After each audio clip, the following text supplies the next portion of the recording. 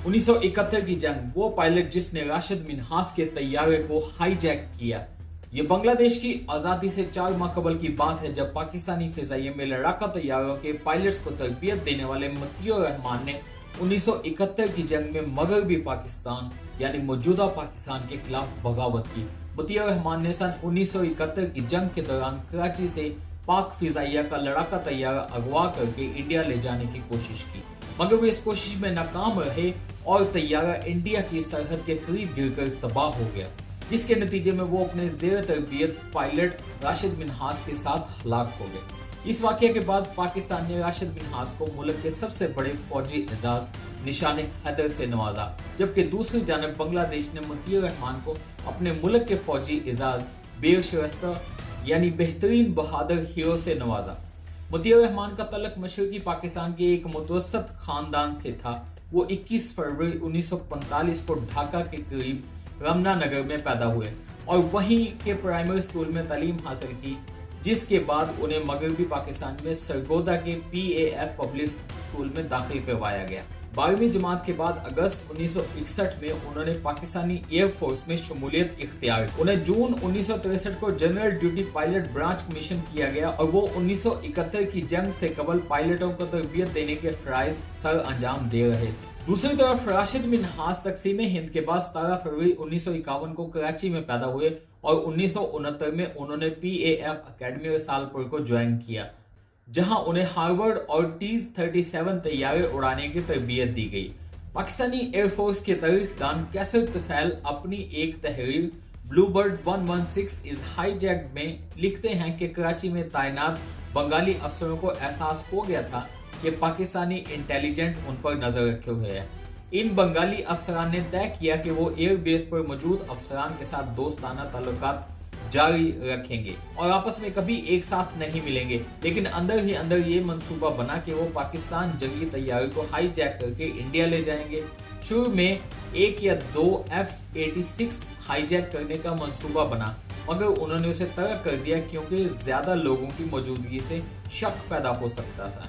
इस तहरीर में कैसर तुफैल लिखते हैं कि ये तय हुआ कि सोलो मिशन पर जाने वाली T-33 को हाईजैक करना आसान होगा। 20 अगस्त को राशिद मिन्हास ने स्क्वाड्रन क्रू रूम में नाश्ता गर्म करवाया।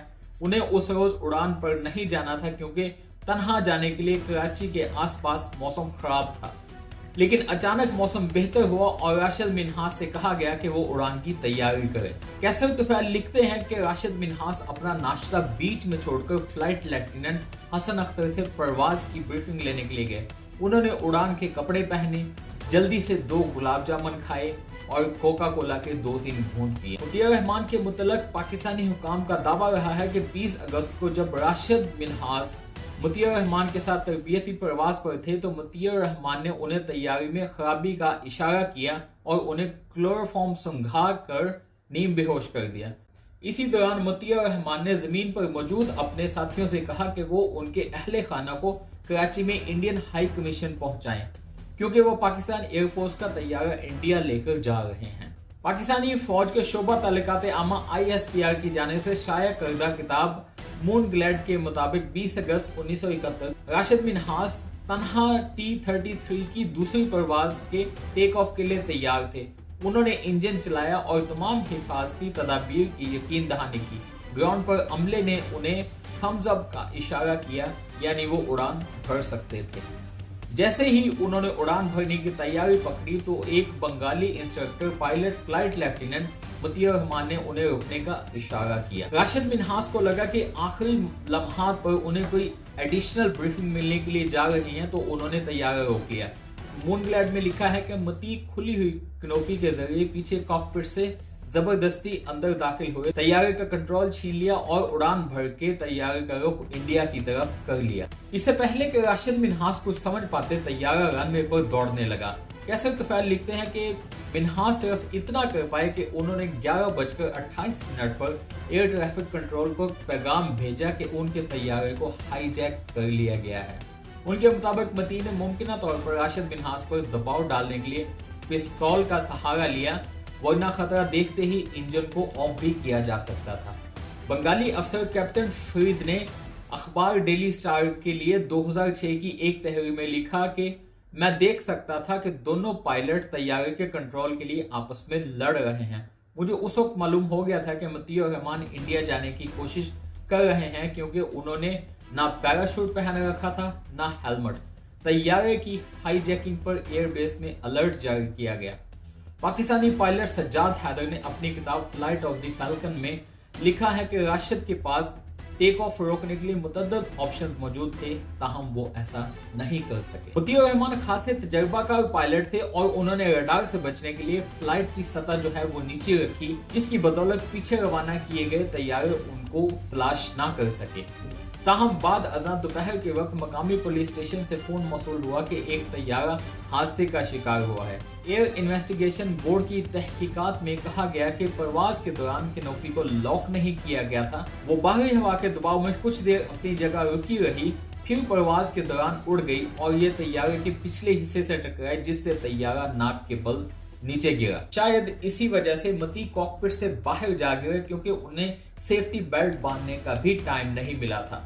इस हादसे की जांच करने वाली टीम को हादसे के मकाम से एक खिलौना पिस्तौल मिली। राशिद मिन्हास की लाश तैयारे के अंदर से ही बरामद की गई। पाकिस्तानी हुकाम का दावा रहा है कि राशिद मिन्हास ने मतीउर रहमान के तैयारे का कंट्रोल वापस लेने की कोशिश की और इस लड़ाई के दौरान तैयारा इंडियन सरहद के करीब गिरकर तबाह हो गया।